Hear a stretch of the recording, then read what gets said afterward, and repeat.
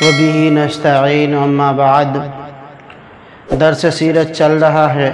چاہے زمزم اور عبد المطلب کے خواب کا تذکرہ گزر چکا، اب حضرت عبد المطلب کی نظر کا تذکرہ ہے کہ چاہے زمزم کے کھودتے وقت عبد المطلب کے سوائے اکلوتے بیٹے حارث کے سوا کوئی یار و مددگار نہ تھا، اسی لیے منت مانی کہ اگر حق تعالی مجھ کو 10 بیٹے عطا فرمائے جو جوان ہو کر میرے دست و بازو بنے تو ایک فرزند کو اللہ کے نام پر ذبح کروں۔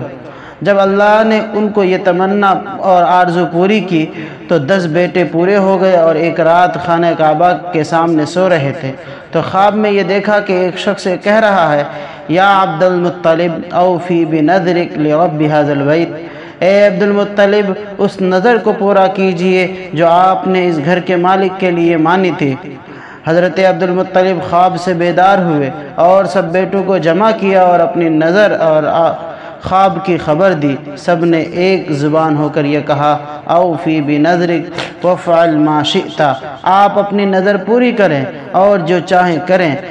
عبد المطلب نے سب بیٹوں کے نام قرا ڈالا۔ حسن اتفاق سے قرا حضرت عبداللہ کے نام پر نکلا جس کو عبد المطلب سب سے زیادہ محبوب رکھتے تھے۔ عبداللہ کا ہاتھ پکڑ کر مذبح یعنی قربانی گاہ کی طرف چلے اور چھری ساتھ تھی۔ حضرت عبداللہ کی بہنیں یہ دیکھ کر رونے لگی اور ان میں سے ایک بہن نے یہ کہا، اے باپ، آپ 10 اونٹوں اور عبداللہ میں قرا ڈال کر دیکھیے، اگر قرا اونٹوں کے نام پر نکل آئے تو 10 اونٹوں کی قربانی کر دیجئے، ہمارے بھائی عبداللہ کو چھوڑ دیجئے۔ اور اس وقت 10 اونٹ ایک آدمی کی دیت اور خون بہا ہوتے تھے۔ قرعہ جو ڈالا گیا تو اتفاق سے حضرت عبداللہ کے نام ہی پر نکلا۔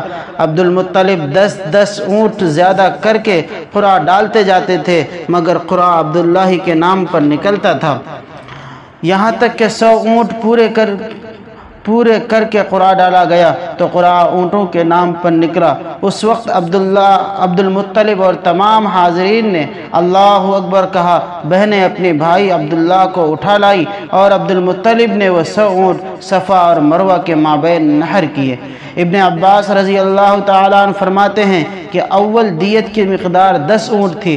سب سے پہلے عبد المطلب نے قریش اور تمام عرب میں سنت جاری کی کہ ایک آدمی کی دیت 100 اونٹ ہے۔ نبی کریم صلی اللہ علیہ وسلم نے بھی اسی کو برقرار رکھا۔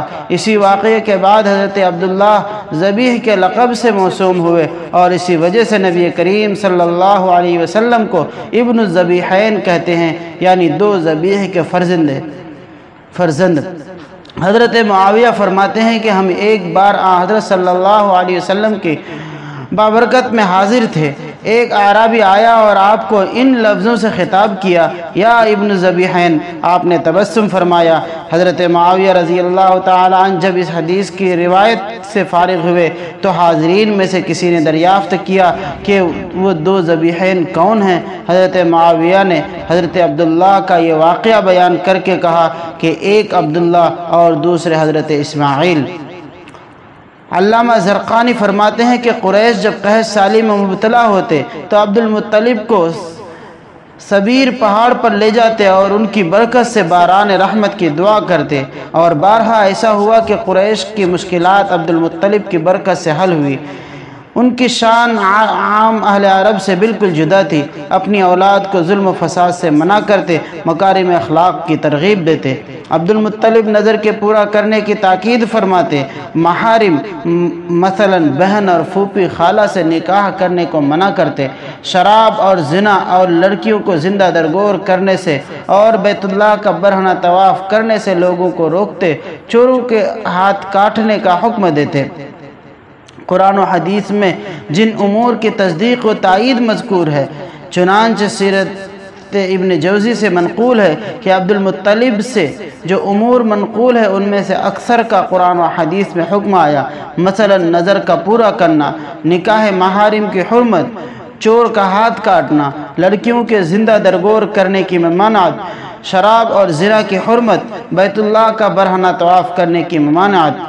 ان واقعات اور حالات کے پڑھنے کے بعد یہ بات بخوبی منکشف ہو جاتی ہے کہ جس قدر زمانہ نبوت قریب ہوتا جاتا تھا اسی قدر مکارم اخلاق اور محاسن آداب، انوار و برکات اور خوارق عادات کا ظہور بڑھتا جاتا۔ خصوصاً عبد المطلب کے سوانح زندگی میں جا بجا رؤیا صالحہ یعنی سچا خواب جو کہ نبوت کا مبدأ اور آغاز ہے نمایاں طور پر دکھائی دیتا۔ عبداللہ کو جب کبھی کوئی واقعہ پیش آتا تو رؤیا صالحہ اور الہامات سے ان کی رہبری اور رہنمائی کی جاتی تھی۔ صحیح مسلم میں روایت ہے کہ رسول اللہ صلی اللہ علیہ وسلم نے ارشاد فرمایا کہ اللہ تعالیٰ نے اسماعیل علیہ السلام کی اولاد سے بنی کنانہ کو منتخب فرمایا، اور بنی کنانہ سے قریش کو، اور قریش سے بنی ہاشم کو، اور بنی ہاشم سے مجھ کو منتخب اور برگزیدہ فرمایا۔ ابن سعد کی ایک مرسل روایت میں اس قدر اور اضافہ ہے کہ بنی ہاشم میں عبد المطلب کو پسند فرمایا۔ یہ تھا تذکرہ حضرت عبد المطلب کے نظر کا۔ آگے کہ حضور اکرم علیہ السلام قریش میں ہی کیوں مبعوث ہوئے اس کی وجہ اور اس کا تفصیلی واقعہ آئے گا۔ تب تک کے لیے خدا حافظ۔